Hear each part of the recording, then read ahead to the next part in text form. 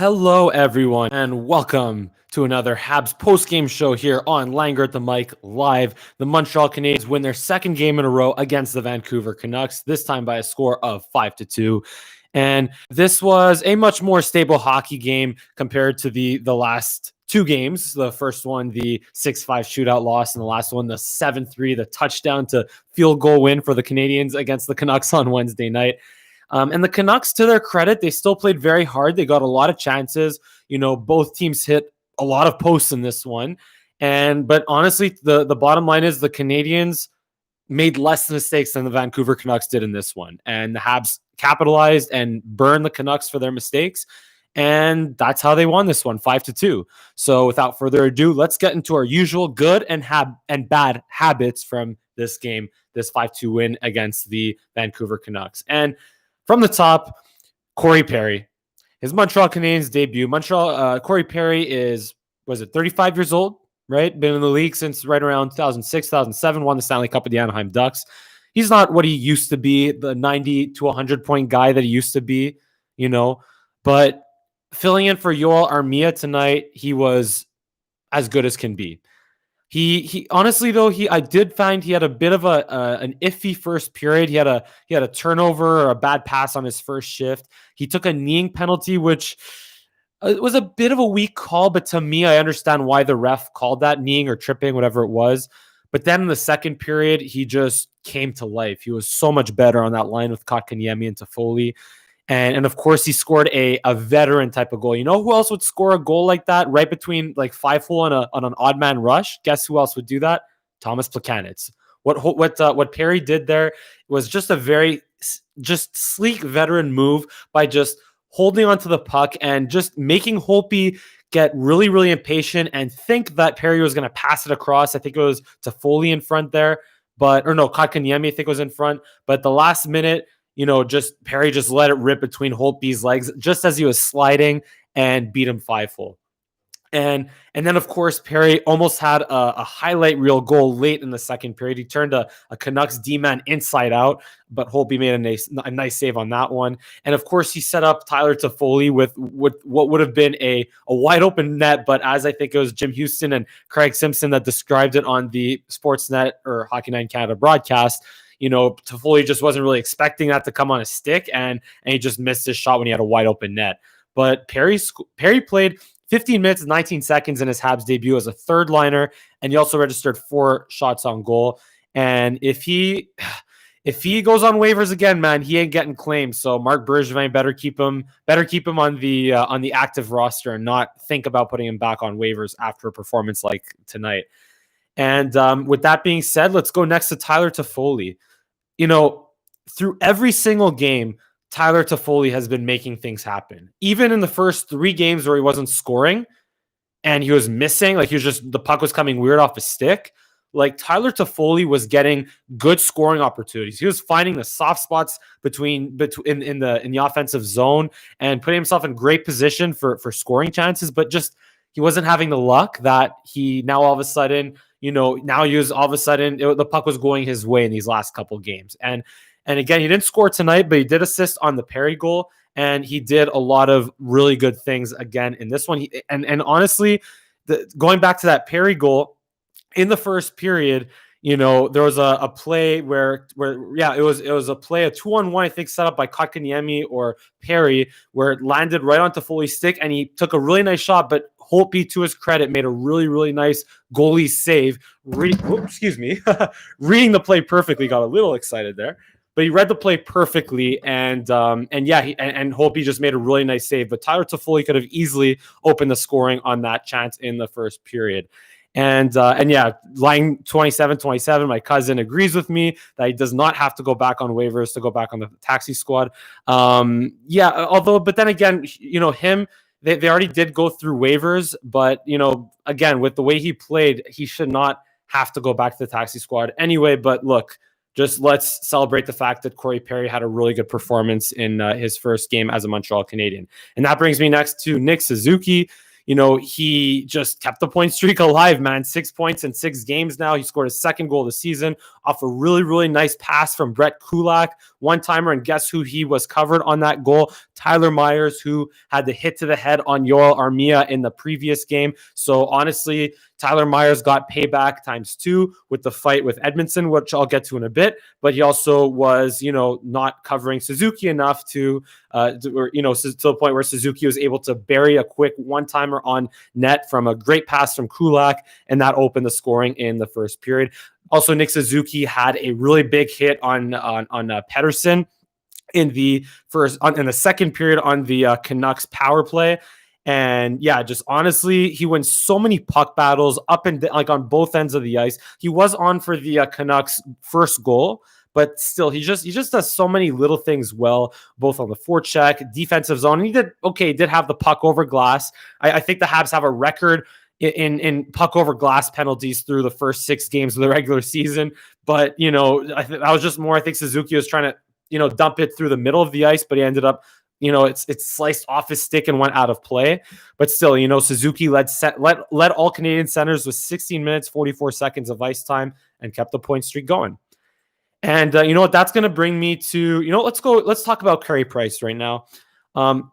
Carey Price had again, deserves criticism for his game against the Canucks, where in the shootout loss to the Canucks on Wednesday, the 6-5 loss in the shootout. But you know what? I thought the way he was playing the first period, I honestly thought that it was going to be another one of those iffy Carey Price games because, he just wasn't.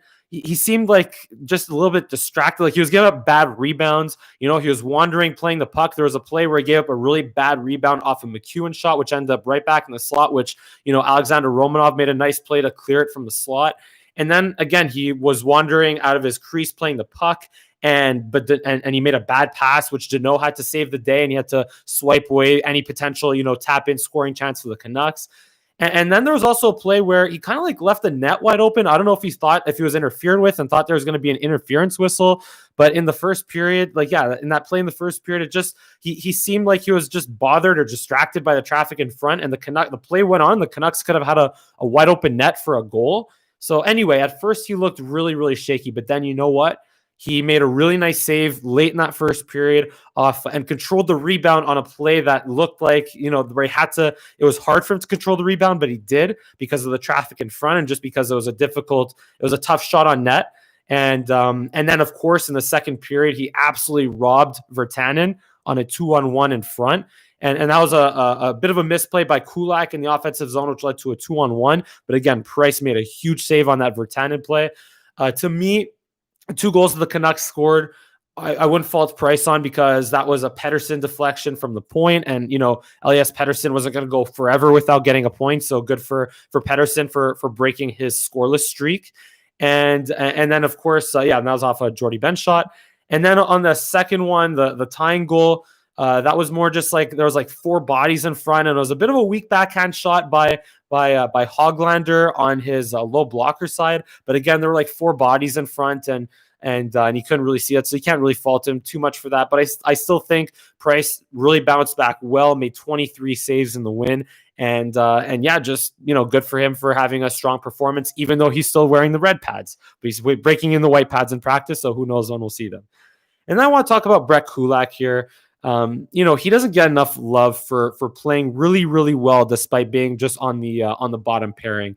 He made a great pass on that Suzuki goal. He did have that one rough shift in the second, but he's just really settled in as a very, very good bottom pair defenseman right now, playing with Romanov, who also, by the way, played over 20 minutes. Kulak played around 14, 15 minutes in this one, but still he's just turned himself into a really, really solid bottom pair defenseman. And then, of course, Brendan Gallagher. Honestly, Gallagher, to me, it's just more about the 4 shots on goal, the 15 minutes played, and of course, the game-winning goal off a turnover in the neutral zone the Habs forced. and a really nice pass from Tatar that was challenged by Travis Green, thinking it was offside, but it wasn't. And Tatar, honestly, credit Tatar for I don't know if he was aware of it or not. He probably was, because like he knew what he was doing, crossing the blue line and not touching the puck right away. Because if he touches the puck there, if Tatar touches the puck, that plays offside and that's no goal. But he waited that split second longer to wait for Deneau and Gallagher to get back onside to tag up at the blue line before re-entering the zone. So that was a great play by Tatar and a great finish by Gallagher. Then, of course, Josh Anderson. Josh Anderson, I would say, despite he had the goal in the 7-3 win last game, and of course the 2 goals in the Leafs game, I think this was Josh Anderson's second best game as a Montreal Canadien. And he only played 11 minutes in this one, just under like 11 minutes, 54 seconds. So, yeah, he had 5 shots on goal. He did have that interference penalty in the first period, which to me was on him. He just held up a Canucks forechecker, which is just stupid. But you know what? He beat out an icing call, which is really hard to do with hybrid icing. His speed in the neutral zone led to the Jonathan Drouin goal in the third period. He forced I think he was the one that forced the turnover on Jordy Ben. And he also created another 2-on-1 in the third. Like Josh Anderson, to me, even though he only had 1 assist, this was his second best game as a Montreal Canadien. And then, of course, you know what? Throwing Jonathan Drouin in there as well. Why not? He had a goal. He had an assist despite only 12 minutes of ice time, which is fine for a tight game. But yeah, just he produced. He got 2 points, which, you know what? For Drouin, perfect. 2 points. Above even in terms of plus minus, and around 12 minutes in a close game. Totally fine with that. Awesome game by perfectly fine with Jonathan Drouin and those numbers. And you know what? I'm going to give some love to Joel Edmondson here also. He did only play, I think he was the least in terms of in the defenseman, in terms of ice time with 13 and a half minutes. But you know what? Just credit him for standing up to Tyler Myers and challenging him and saying, you can't get away with what you did to Armia. If the league's not going to suspend you, we're going to make you pay. And I like, it was a good fight. I mean, to me, like there's a lot of, I found it was a good fight. I think a lot of people on social media and Habs Twitter, hockey Twitter, didn't really love it and thought it was kind of stale. But to me, I like that fight. And he did get in a pretty good left-handed lick into Tyler Myers in his upper jaw. But you know what? Again, it's just nice that there's so many players on this Habs team right now that can play, but also fight. It's not like you need a fourth line enforcer type of guy to police things. Like, no, you got 5 towering defensemen, or at least 4 towering defensemen. You got Josh Anderson, you got Corey Perry, you got guys that can play, but also fight when need be and hold their own against 6'7" and 6'8" Tyler Myers. And now a couple of other trends, good habits, great trends, is the Habs speed in the neutral zone and transition play continues to be a nightmare for opposing teams, specifically the Vancouver Canucks in these last 3 games, because it led to the Corey Perry goal off a turnover in the defensive zone by the Habs that they forced on the Canucks, drove through the neutral zone, odd man rush. Perry, like I said, slicked it through Braden Holtby. It led to the Brendan Gallagher goal, turnover in the neutral zone, get back on side, bang pass from Tatar to Gallagher, goal, and it led to the Drouin goal, of course, where Josh Anderson, again, speed through the neutral zone, tapped it to head to Drouin, who sprung free, and nice move, forehand, backhand, goal on Braden Holtby. So, yeah, just the speed to the neutral zone, through the neutral zone, continues to burn opposing teams. And you know what? Let's talk about Marc Bergevin. Let's give some love to Marc Bergevin, like we can for every single game, because everything that Marc Bergevin has touched this offseason has turned to gold. Jake Allen, Joel Edmondson, Tyler Toffoli, Josh Anderson, maybe even Alexander Romanov. I mean, that was a couple of years ago in the infamous or the famous Deneau, Weiss, Fleischmann, whatever trade, but everything that Marc Bergevin has done this offseason has just completely turned to gold. And honestly, you know what? Give Marc Bergevin credit for making the logical decision to not acquire Pierre-Luc Dubois instead of making the emotional decision, because it would have been very enticing to bring a French-Canadian franchise forward or number 1 center to the Montreal Canadiens, where, the team he grew up cheering for, having been born and grown up in Saint Agathe, just a couple, about 90 kilometers north of Montreal. So, that would have been a dream. That would have been a really, really fun and really, really awesome, but it just didn't work. It just wasn't meant to be, because the Habs already are loaded at center. And just why risk losing what you've built already this offseason and in years past with the character and the chemistry that this team has right now? Why risk losing it in acquiring Pierre-Luc Dubois? So again, good non-move by Marc Bergevin. And of course, the character and the fight in this hockey team. Because guess what? The Habs were up 2-0, but the Canucks came back and tied it with 2 quick goals in the third period. And last year's Montreal Canadiens teams, with all the leads that they've had in games, the 2-goal leads, even a 4 or 5-goal lead, whatever that was against the Rangers back in December, and they gave up 1 goal, 2 goals, and they panicked and then let the games get away from them, both in regulation and overtime. Whereas this Montreal Canadiens team tonight was like, they gave up 2 quick goals, but they're like, you know what? Yeah, that's cute. We're just going to come back and score 2 quick goals ourselves and just put the game away because we're that good and you're not going to mess with us. You're not going to beat us like that. So again, credit to the Habs character and fight. But with that being said, the only bad habits I can really take away from this is the Habs defense, the Habs team defense in close games specifically. That's very particular. But if you look at the Toronto game, and if you look at the Edmonton, the second Edmonton game aside, but if you look at the Toronto game, you look at the first Vancouver game, and you look at this Vancouver game, the Habs have had leads of whether it was 1 goal or 2 goals in tight hockey games, but they squandered those leads. So yeah, to me, that's a concern. Like I said, they blew the 3-1 lead in the Leafs game. They blew the 5-4 lead in the Canucks game, which again is kind of a wash because that was a crazy game anyway. But again, they blew a 2-goal lead tonight. And to me, they did fight back, and they did have the character and the fight to put the game with 2 quick goals of themselves, of their own.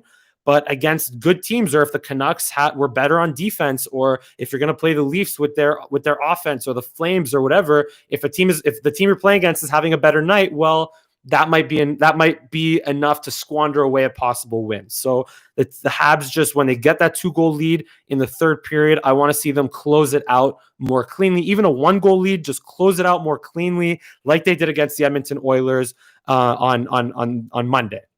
And it would have been, but again, just still the fight, the pushback by the Habs was great. The other, I guess, picky bad habit here is the Habs didn't score a shorthanded goal, and they didn't score a power play goal in this one, which, but the discipline was better because the Habs were they only took 3 minor penalties and were 3 for 3 on the penalty kill.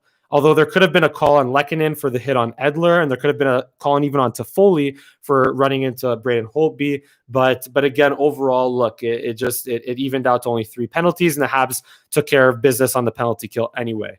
But just the Habs still have 4 goals shorthanded through 6 games, which is incredible. But yeah, overall, look, the Habs got 10 out of a possible 12 points on the 6-game road trip to open the season, which is obviously pretty darn good. They're at the top of the division, and they have a 4-day break, and they're going to open the season at home against the Calgary Flames at the Bell Center on Thursday, or the home opener against Calgary Flames on Thursday. Let's just hope that the Canadiens don't come out flat like they do seemingly in every single home opener every single season. But again, look, if anything, this Habs team, this 2021 Habs team, has shown that they're better and that they're different and that they're not to be messed with. So let's hope again that they start the season, or the season on home ice with a bang. And of course, now look, we got the McGregor fight coming up, so I guess that's pretty important. And of course, you got the AFC and NFC Conference Championship games tomorrow. So that's all we got here on Langer at the Mic for this Habs-Canucks post-game show. I'm glad it's 10:30 at night and not 1:30 in the morning on a weeknight.